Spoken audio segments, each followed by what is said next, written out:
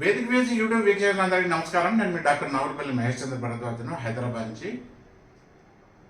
పాత క్యాలెండర్ ఇప్పుడు 2025 నడుస్తున్నది. ఎప్పుడో 1975 72 లేకుంటే 2024 22 ఇంకేదో అదే క్యాలెండర్ పెట్టుకుని దాంట్లో రాసిన డేట్లు వారాలు మనం ఫాలో కాం కాదు. ఈరోజు ఏం డేట్ ఉందో అది చూస్తాం, రేపు ఏం రోజునో చూస్తాం. నేను అంతేగాని ఎప్పుడో 10 ఏళ్ల క్రితంది 15 ఏళ్ల క్రితంది ఎప్పుడు 50 ఏళ్ల క్రితం క్యాలెండర్ మనం ఇవాళ గోడకు పెట్టుకొని దాంట్లో ఉన్న రాసిన ప్రకారం తిథి నక్షత్రం మనం చెప్పుకోం కదా. అలాగే జాతకం కూడా నా అభిప్రాయం 100% జనాలకి ఎవరికి నచ్చదు.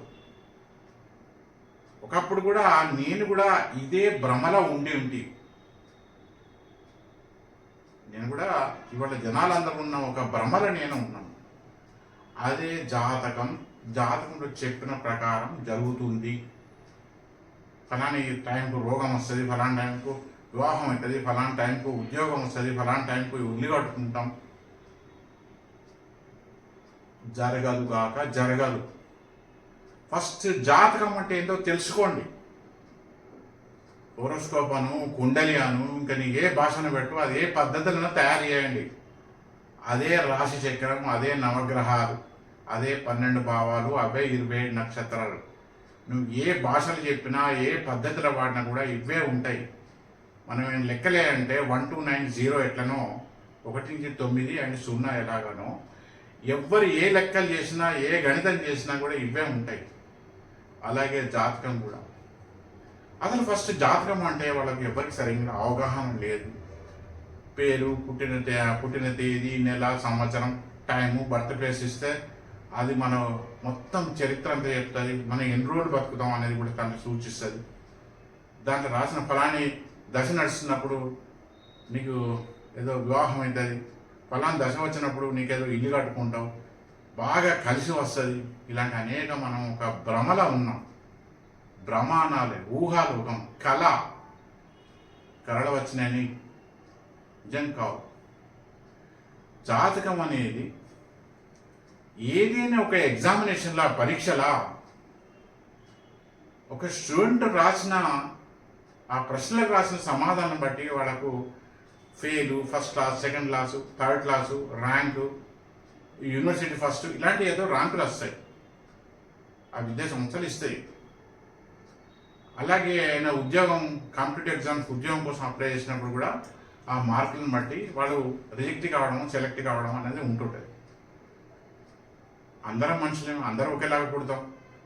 కానీ ఎందుకు ఈ తారతమ్యాలు అనేది మీకు జాతకంగా సూచిస్తుంది. అది కూడా అందరు చెప్పలేరు. కేవలం గురుముఖత విద్య నేర్చుకున్న వాళ్ళు, అనుభవజ్ఞులు మాత్రమే చెప్పగలరు ఆ విషయాన్ని. ఇవాళ పెద్ద పెద్ద ఇండస్ట్రీలు, అంతర్జాతీయ ధనికులు ఎలాగ పుట్టారో, ప్రతి సామాన్యుడు ఒక అడ్డకూలి పనిచేసేవాడు కూడా అలాగనే పుడతారు తల్లిదండ్రుల కడుపు నుంచి. ఈ తేడాలు ఎందుకు వస్తాయంటే అది గత జన్మలో చేసిన పుణ్యం. ఎందుకంటే మనం విత్తనాల కంటే పంట రాదు కదా. ఆ పంట కూడా ఆ భూమి విస్తీర్ణం బట్టి పంట వస్తుంది. ఎకరం పంట వేసిన అనుకున్న 10 ఎకరాల పంట వేసిన తేడా లేదా? వానికి దిగుబడి ఒకటిలాగా రాదు కదా. ఆ పంట ఉత్పత్తి ఏం రాదు కదా. అలాగే ఒక చిన్న వ్యాపారం చేసావనుకున్నాం, కోట్లలో టర్నోవర్ చేసేవానికి లాభం ఒకే విధంగా ఉండదు కదా. అలాగే నీ యొక్క పుణ్యం అనేది నీ జాతకంలో నీ బ్యాలెన్స్ ఏమున్నది, నీకు ఏం కష్టాలు అది కూడా జాతకం సూచిస్తుంది. ఒక లొకేషన్, ఒక రూట్ మ్యాప్ లాగా జాతకం సూచిస్తుంది. ఇంకా చెప్పాలంటే మనం unit టెస్టో, monthly టెస్టో, quarterly టెస్టో, half year టెస్టో మనం రాస్తున్నాం. మనం కూడా ఒకప్పుడు విద్యార్థులమే, స్టూడెంట్స్ని. రాసినప్పుడు నాకు సోషల్ స్టడీస్ తక్కువ వచ్చినాయి, సైన్స్లో బాగా ఎక్కువ వచ్చినాయి, ఇంగ్లీష్లో నాకు తక్కువ మార్కులు వేసిండ్రు. ఇవి ఆలోచించి మనం కూర్చుని ఏడుస్తామా? నెక్స్ట్ ఫైనల్ ఎగ్జామ్ ఎప్పుడు, నెక్స్ట్ ఎగ్జామ్ దానికి ప్రిపేర్ అవుతాం. అలాగే ఒక జాతకం వల్ల మంచి జరిగినా, చెడు సూచించినా, ఏది మంచి అని సూచిస్తే భరతనాట్యాలు, డిస్కో డాన్సులు చేయకూడదు. చెడు శాసిస్తే ఆ సినిమాలాగా ఆ గడ్డం కింద చేయబెట్టుకొని భుజాన చాలు వేసుకొని ఎండిపోయిన చెట్లకి వెళ్ళి పాటలు పాడుకుంటే వెళ్ళకూడదు. నువ్వు మంచిగున్నా భగవంతుని ధ్యానం చేయాలి, కష్టాలున్నా కూడా భగవంతుని ధ్యానం చేయాలి.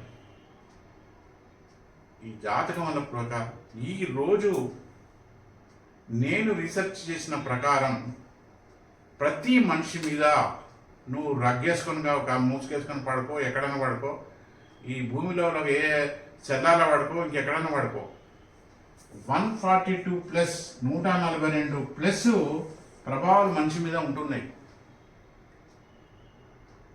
శిశువు మీద వాళ్ళ పూర్వీకులు చేసిన పాపాలు పుణ్యాలు కూడా ఉంటాయి.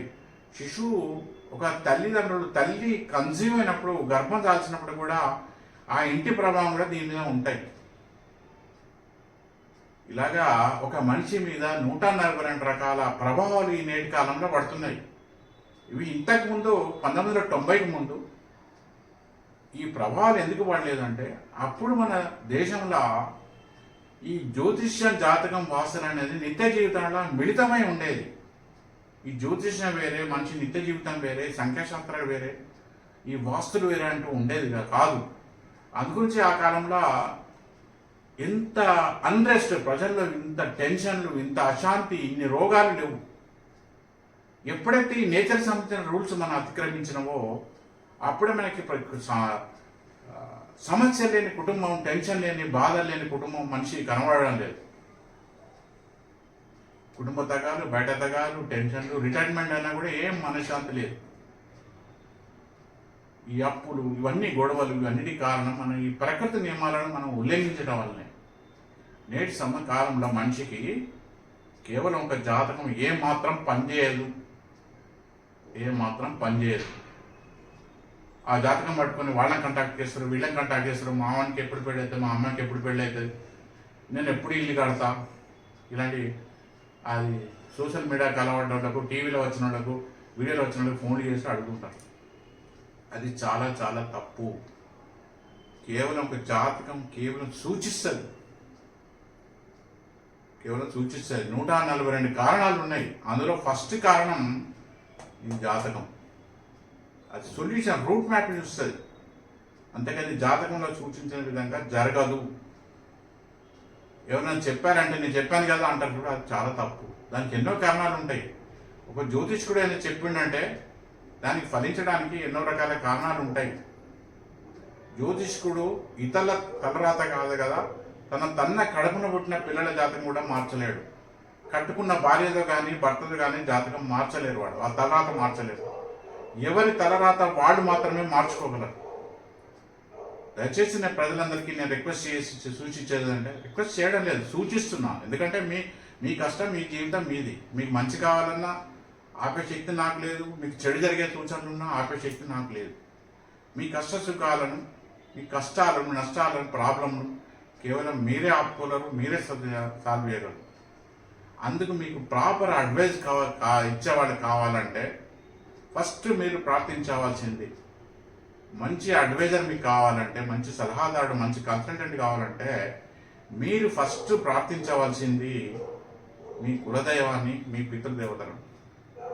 వాళ్ళు మాత్రం మీకు సరైన అడ్వైజర్కు ఈ లింక్ కలుపుతారు. మనం కస్టమర్ కేర్ నెంబర్ కలిపినప్పుడు ఎగ్జిక్యూటివ్ ఎట్లా కాల్ కలుస్తుందో అట్లనే మీకు సరైన సలహాలు ఇచ్చేవాళ్ళు సరైన దొరుకుతుంది. ఈ 142 కారణాలల్లా ఏ కారణమో దానికి రెమెడీ చేయాలి. కానీ 142 కారణాలల్లా ఈ ఇన్నిటికి సమస్యల కారణం ఏందో అది కనుక్కోవాలి. కొన్ని వాస్తు దోషాలు ఉంటాయి, కొన్ని నేమ్ ఉంటుంది, కొన్ని పేరు ఉంటుంది, తల్లిదండ్రులు చేసిన పాపాలు ఉంటాయి, పుట్టినాక మనం చేసిన పాపాలు ఉంటాయి.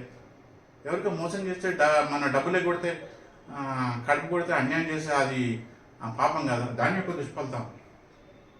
మన భూమి మీద పంటలు పెట్టినప్పుడు చెరుకు అంతకన్నా ఎక్కువ టైం తీసుకుంటుంది. వేరే చిన్న చిన్న పంటలు, కూరగాయలు తొందరగా వస్తుంది. కొత్తిమీర ఇంకా చిన్న చిన్న కూర అది తక్కువ కాలం ఇస్తుంది.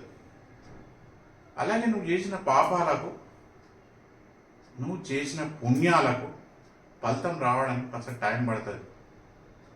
అందువల్ల ఈ కాలంలో ఎవరికైనా మంచి సలహాదారు కావాలంటే నా సిన్సియర్ అడ్వైస్, మీ పితృదేవతలను, మీ కులదైవాన్ని దండం పెట్టుకోండి. నా అభిప్రాయం చాలామందికి నచ్చదు, ముఖ్యంగా జ్యోతిష రంగంలో ఉన్న వాళ్ళకి నచ్చదు. ఎవరు నమ్ముతారు నమ్మరు నాకు అనవసరం, ఎవరు ఫీల్ అవుతారు ఫీల్ కాదు నాకు అనవసరం. మీ తలరాత మాత్రం మీరే మార్చుకోగలరు. మీకు మార్గం లేదు కనుక, ఎందుకంటే ఎవరికి ఆకలి అయితే వాళ్ళే తింటాం, ఎవరికి రోగాలు వస్తే గొట్టాలు గొడ్డలు వాళ్ళే మింగాలి. అలాగే మీ సమస్యలకు సరైన పరిష్కార మార్గాలు మీకు తెలియాలంటే మీ చనిపోయిన పితృదేవతలను, మీ కులదైవాన్ని విస్మరించకుండా వాళ్ళకి దండం పెట్టండి. అంటే మేము నెలలకు సంవత్సరం కోసం దర్శనం పెడుతున్నాం కదా, కాదు. వాళ్ళేం పాపాలు చేస్తున్నది మీ జాతకంలో, మీ పిల్లల జాతకంలో, మీ మనమరాళ్ళ జాతకంలో కూడా ఉంటాయి. మీ పూర్వీకులు ఏం పాపాలు చేశారనేది అది కూడా రియాక్షన్ ఇస్తుంది. అప్పే ఎన్నటికైనా ముప్పే. అందువలన మీరు ఈ జాతకం ప్రకారం కాస్త జరుగుతుంది అనే మాట భ్రమ తుడిచేయండి, వదిలిపెట్టండి. మిగతా కారణాలు ఏందో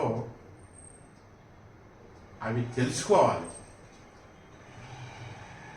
అది తెలుసుకొని చెప్పిన వాళ్ళకు మోక్షం వస్తుంది. అసలు కారణం ఏందో తెలుసుకొని చెప్పిన వాళ్ళకు, సరి అయిన మార్గాన్ని సూచించిన వాళ్ళకు, ఆ కన్సల్టెంట్, ఆ జ్యోతిష్కులకు మోక్షం వస్తుంది. వాళ్ళ కుటుంబం దినదిన అభివృద్ధి చెందుతుంది. ఈ మిడిమిడి జ్ఞానంతో, అహంకారంతో కానీ కేవలం ఒక జాతకం పట్టుకొని ఏడిస్తే, జాతకం పట్టి సూచన జరుగుతుందంటే నా దృష్టిలో వాళ్ళంత అమాయకులు ఎవ్వరు లేరు. అది చెప్పేవాళ్ళ అమాయకులు, వినేవాళ్ళు డబుల్ అమాయకులు. ఉంటాను. నమస్కారం. ఎందుకు ఇంత ఆవేదన చెప్తున్నా అంటే, నేను కూడా అలాగా జాతకం పట్టుకొని మూసపోయినాడు, నష్టపోయినాడు, దాని ప్రకారం నాకు జరగలేదు కనుక, ఎందుకు జరగలేదని అవతల వాళ్ళ నిజాయితీనే శంకించలేదు. ఎందుకు జరిగి చూస్తే ఇవన్నీ బయటపడ్డది. 30 సంవత్సరాల నుంచి ఈ సబ్జెక్ట్లో మునిగి తేలుతున్నాను. నిరంతర పరిశోధన చేస్తూనే ఉన్నాను. నా పరిశోధన ఫలితాలను సమాజానికి, ప్రజలకు పుస్తకాల రూపంలో తెలియజేస్తున్నాను. ఇప్పుడు వీడియో రూపం అందరి చేతికి పుస్తకాలు చేరవు, చేతిని చదవలేరు. అసలు నేను పుస్తకాలు రాసిన సంగతి కూడా చాలామంది తెలియదు. కనుక ఈ విషయం చెప్పేది ఏంటంటే, దయచేసి జ్యోతిష్యం ప్రకారం, జాతకం ప్రకారం జరగదు. ఉంటాను. నమస్కారం. శుభాకాంక్షలు.